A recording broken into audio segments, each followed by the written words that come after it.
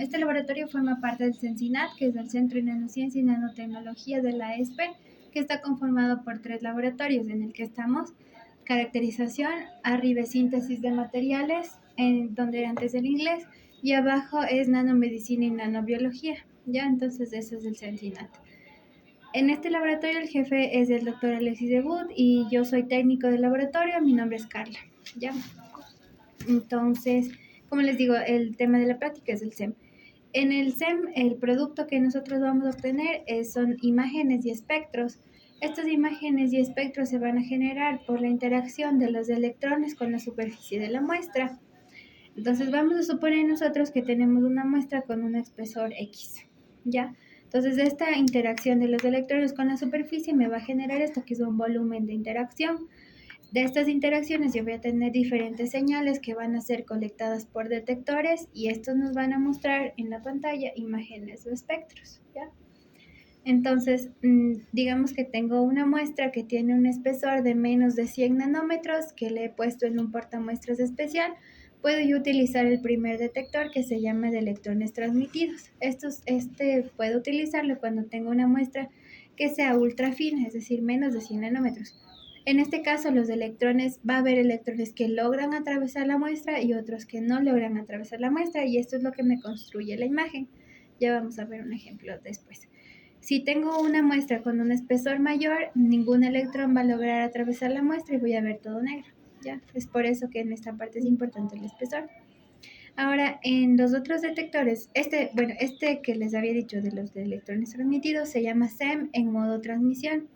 En el SEM normal vamos a tener otro tipo de interacciones. La primera ocurre en la primera porción de la muestra, los primeros 100 nanómetros, y podemos obtener electrones secundarios. Entonces, en este caso, un electrón del equipo interactúa con un átomo superficial de la muestra y a su vez con un electrón superficial. Entonces, viene un electrón del equipo, impacta con este electrón superficial y este electrón superficial se sale del átomo, se libera en forma de un electrón secundario. El detector de electrones secundarios colecta este electrón secundario y lo que nos da como producto es una imagen, ¿ya? Entonces, viene uno del equipo, sale uno de la muestra, el que nos da la imagen es el de la muestra, ¿ya? Estas imágenes que obtenemos nos van a mostrar típicamente topografía y morfología, entonces, de la superficie de la muestra. Estas son, en el SEM, las imágenes que tenemos como producto en general son en escala de gris, ¿ya? El segundo señal sería de la segunda porción de la muestra, que es de aproximadamente 500 nanómetros. Estos se llaman electrones retrodispersados, ¿ya? En este caso va a venir un electrón del equipo, interactúa con un átomo de la segunda porción, el mismo del equipo que entra va a volver a salir. El mismo del equipo entra y sale, es colectado por el detector y nos da una imagen en una escala de gris que está asociado al número atómico. Entonces, si tengo un Z más alto, voy a ver esa parte de la muestra con un gris más clarito, tirando a blanco. Si es un Z bajo, un gris más negro, ¿ya? Entonces, estas imágenes van a ser igualmente en escala de gris, pero el tono de gris se asocia al número atómico. Y este me puede indicar si la muestra es homogénea o es heterogénea, ¿ya? Para saber si tiene una o más fases. Ya. El siguiente detector es de catodoluminiscencia. En este caso hay ciertos materiales que pueden emitir luz visible cuando son excitados por electrones. Entonces, el detector colecta esta luz emitida y nos va a dar una imagen, puede ser en escala de grises o una escala de color, que nos va a mostrar la diferente luz emitida por la muestra. Y esto de igual manera me muestra si tengo una fase, más fase, si es homogéneo o es heterogéneo, ¿ya? Y el otro detector es de los rayos X característicos. Estamos en una porción intermedia entre 1 a 3 micras, ¿ya? En este caso, va a venir un electrón del equipo, interactúa con un átomo interno y un electrón interno de este átomo, colisiona y lo libera en forma de un electrón secundario, ¿ya? Aquí me queda un espacio vacío, ¿verdad? Entonces, ese espacio vacío va a ser ocupado por otro electrón de una capa más externa para que el átomo recobre su estabilidad. Este salto de un nivel al otro va a liberar una cierta energía que se llama rayos de X característicos. Estos rayos de X se llaman característicos porque son exclusivos de cada elemento. Entonces, de acuerdo al valor de esta energía liberada, yo puedo saber qué elemento está presente en la muestra. ¿Por ¿ya? longitud de onda o por qué? No, por energía. Esto es una energía liberada. Entonces, el espectro, por eso se llama espectro, porque está en función de kiloelectronvoltios. ¿ya? Entonces, es una energía liberada. Ya, entonces libera los rayos X característicos y tenemos como producto un espectro como este. Entonces, digamos, tengo una muestra con un elemento. Pueden haber migraciones de la capa M a la L, de la M a la K o de la L a la K. Y todo esto va a suceder de manera simultánea, por lo que un elemento no está representado por un pico, sino por un conjunto de picos, ¿ya? Que es como su huella digital. Entonces, digamos, de estos 3 picos corresponden al sodio, ya me invento.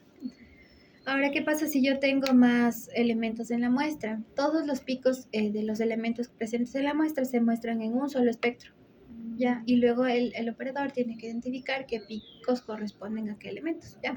¿Qué conjunto de picos corresponde a qué elementos? Entonces, el espectro está formado por los picos de los rayos X característicos y también por un fondo.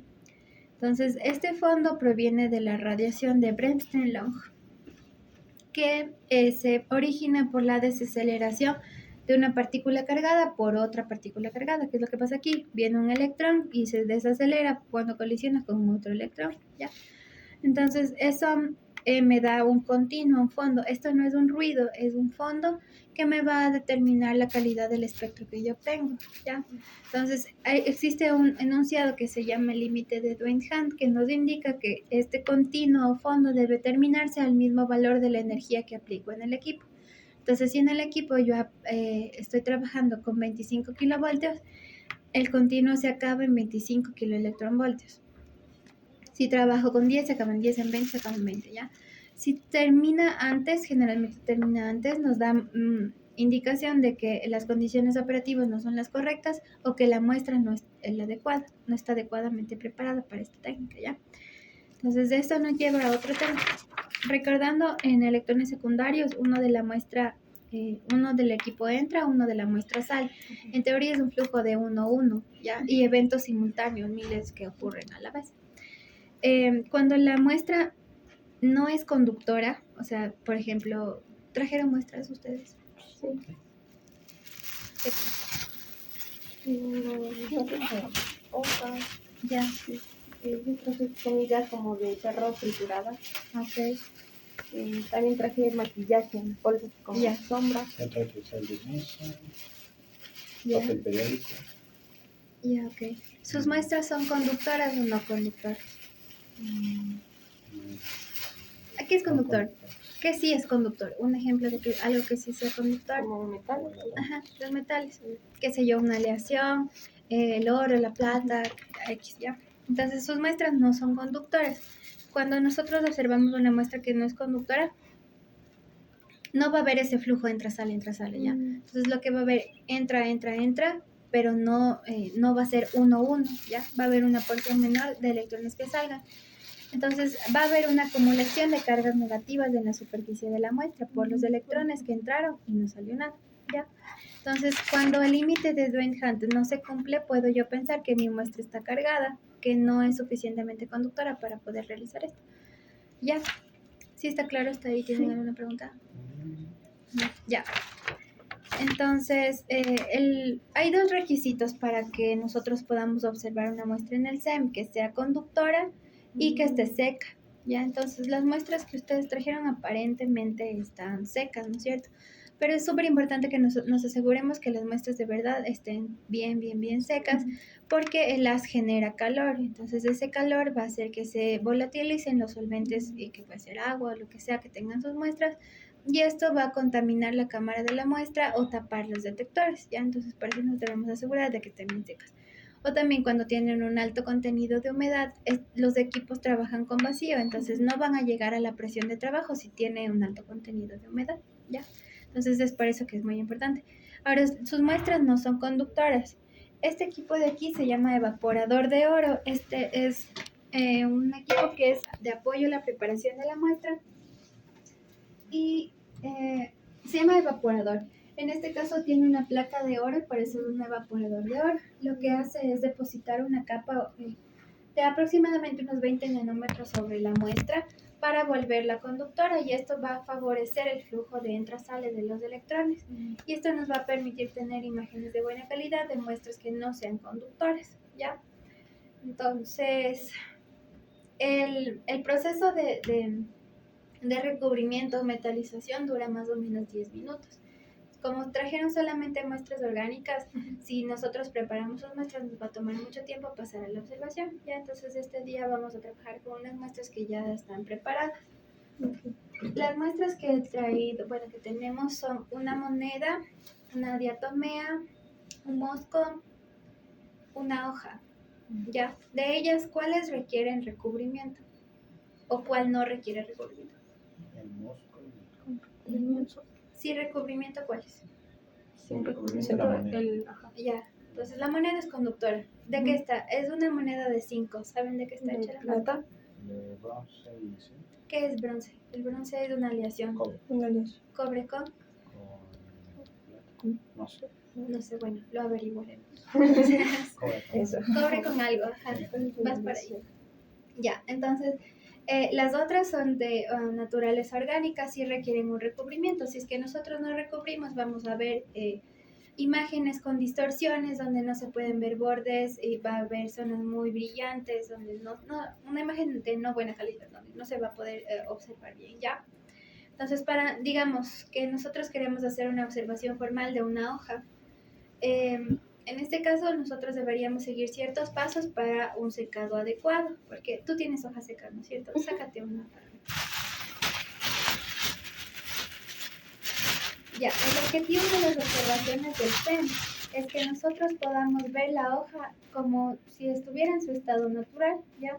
Entonces, esa hoja está seca, sí, pero ¿crees que haya conservado sus estructuras de manera adecuada? Tal vez, no. ¿Por qué no? Bueno, sí, de la manera sí, porque aún sigue su una forma y tal. Nuestro ojo tiene una limitación de visión, ¿no es cierto? Que vamos a superar con el microscopio. Entonces vamos a poder ver detalles mucho más pequeños que nuestro ojo no ve. Entonces, aparentemente puede ser que esté bien ya, pero luego en el microscopio podríamos darnos cuenta de que las estructuras están colapsadas, han perdido tu urgencia, por ejemplo. Y eso es lo que generalmente ocurre cuando no se seca de manera adecuada. Las muestras se arrugan, entonces pierden turgencia y nosotros no podemos observar, digamos que era una esfera, no observamos como una esfera, sino como un globo desinflado, digamos. ¿Ya? Entonces es por eso que la fase de secado es súper importante para conservar las estructuras y hacer la observación como si estuviera en su estado natural, pero estando seco. ¿Ya? Entonces, para hacer eso existen ciertos pasos, que no es una receta, no es una regla general, pero es una guía. Entonces, el primer paso es la fijación. ¿Me podrían decir algún agente de fijación? El calor. No fijación como el frotis.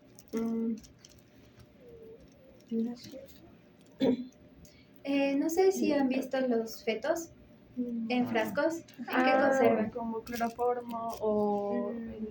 No es cloroformo. Hay un agua que es como... Formol. Ajá. Formol. El formol es un agente de fijación. Entonces, ¿qué hace el formol? Evita que el feto, la serpiente, el huevo, lo que sea, se dañe, ¿no es cierto? Se pudre y se pierda. Entonces, en microscopía se utiliza glutaraldehído, que es de la misma familia que el formol. Este me va a ayudar a fijar, o sea, a detener los procesos metabólicos y evitar que la muestra progrese el daño. Ese es el primer paso. Segundo paso es fijación con tetraóxido de osmio. Este es un reactivo que es muy afín a las zonas lipídicas, entonces me va a ayudar a conservar las células, por lo tanto los tejidos. El siguiente paso es la deshidratación. La deshidratación consiste en reemplazar solventes, o sea, reemplazar el agua contenida en la muestra con un solvente orgánico, que puede ser metanol, etanol, terbutanol, isopropílico e incluso acetona. ¿Ya? Entonces reemplazo el agua con ese solvente orgánico y paso a la fase de secado, que sería el cuarto paso. El secado me debe garantizar que todo lo que yo gané con los procesos anteriores se mantenga. ¿Ya? Para ello existen equipos especializados como el secado de punto crítico o el liofilizador. ¿Han oído, visto esos equipos? No. Aquí en la ESPE tenemos liofilizadores, entonces nosotros trabajamos con eso para la fase de secado. El liofilizador lo que va a hacer es pasar el agua de estado sólido a gaseoso sin pasar por el líquido. Entonces la muestra entra al liofilizador congelada, ¿ya?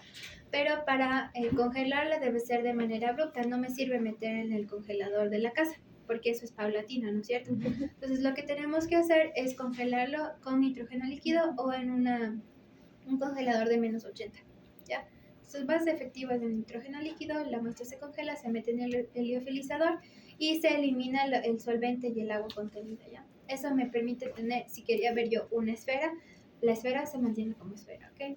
Entonces, esos serían los pasos para preparar la muestra en el caso, digamos, que sea un orgánico.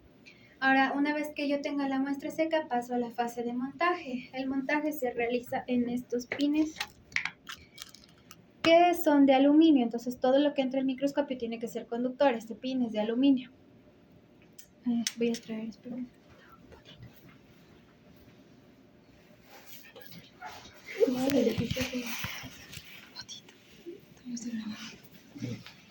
Ya, entonces el pin es de aluminio, ¿no es cierto? Y pueden ver sobre el pin está una cosa negra. Eso negro es esto de aquí, es una cinta de carbono doble faz. Esta cinta se pega al pin y sobre el otro lado de la cinta se pega la muestra. Es súper importante que la muestra esté bien fija porque hay bombas que succionan, entonces si la muestra está mal pegada, el trabajo de las bombas puede despegar la muestra y esto va a liberarse en la cámara y se contamina, ¿ya? Entonces tengo yo un pin, le pongo un pedazo de cinta de carbono y sobre eso yo coloco la muestra. Si es conductora pasa a si no es conductora se recubre, si es conductora pasa a observación, ¿ya? Entonces sí pueden ver que el pin normal es así como gris y hay otros que están dorados. Entonces esos son los que ya están recubiertos con oro. Estos que están bien, este ponte que está bien doradito, puede ser más o menos 120 segundos. Este otro le veo que no está tan dorado, es menos tiempo, ¿ya? Entonces depende también de qué muestra, cuánto tiempo voy a hacer. Entonces, por ejemplo, si son muestras con una topografía súper irregular, como esas piedritas que ustedes ven, o incluso el mosco, que también está recubierto, se requiere un poco más de tiempo. Además que el detalle que yo voy a observar está en el orden de las micras, ¿ya? Entonces, si yo recubro 30 segundos, hago 20 nanómetros. Si aumento el tiempo, aumento el espesor también. Entonces, eso debería yo considerar. Si mi detalle es pequeño, no debería ser un recubrimiento tan de mayor espesor, ¿ya? ¿Alguna pregunta hasta aquí? Ya, entonces vamos al equipo.